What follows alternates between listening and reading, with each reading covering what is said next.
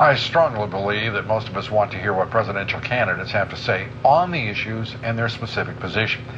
And what we're doing is offering a special series on this broadcast. We've called it 2008 Time for Answers, and we're giving all the presidential candidates 2 minutes of uninterrupted airtime to address each critical issue facing this country.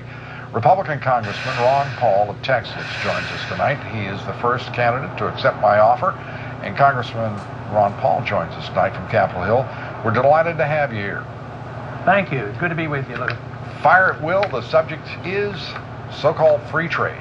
Free trade, and I'm for free trade, although I'm not for the type of system that we have today, because I don't believe it's my concept of free trade. I do not believe that the Congress should ever have the authority to pass this authority to the president, and on things like on fast track, and then the president devise agreements that serve the interests of the special interests.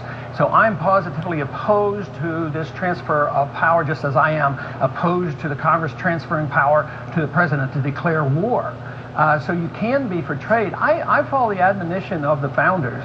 They think we're a lot better off if we trade with countries rather than fight with them. You know, we fought with Vietnam all through the 60s. It didn't go well. We left. Now we trade with them, and I think we do better trading. But where our problem gets into are these managed trade agreements under the WTO and under NAFTA and the plan for a North American Union. These are the kind of movements I think are very detrimental to our national sovereignty. I don't think it helps our workers. And in combination with our monetary policy, we are now exporting our jobs due to a flawed trade policy and actually a flawed foreign policy, because we have allowed too much power to gravitate to the executive branch, and the Congress won't live up to their responsibilities. The Congress is supposed to be protecting us, protecting and guarding against guarding our liberties. At the same time, here we are once again in an undeclared war overseas. It's going on endlessly, trying to enforce UN resolution, which is very disruptive to our economy. It causes huge deficits, and that is more disruptive to our trade policies as well. So, but I do not believe we can solve all our trade problems unless we eventually look at monetary policy. Because when we have the privilege of printing the reserve currency of the world, we abuse this. We print the money, and no wonder the jobs go overseas, because they take our dollars. But that is coming to an end, because this war and our financial obligations is nearly bankrupt this country, and I think we're in for big trouble.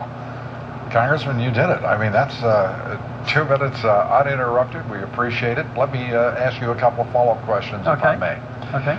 First, let me ask you the question that is often asked of someone taking the position that you have on free trade. And I want to remind everybody who may be surprised as you speak about free trade that you are a candidate for the Republican nomination.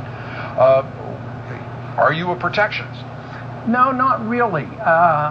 Only when it becomes national security reasons.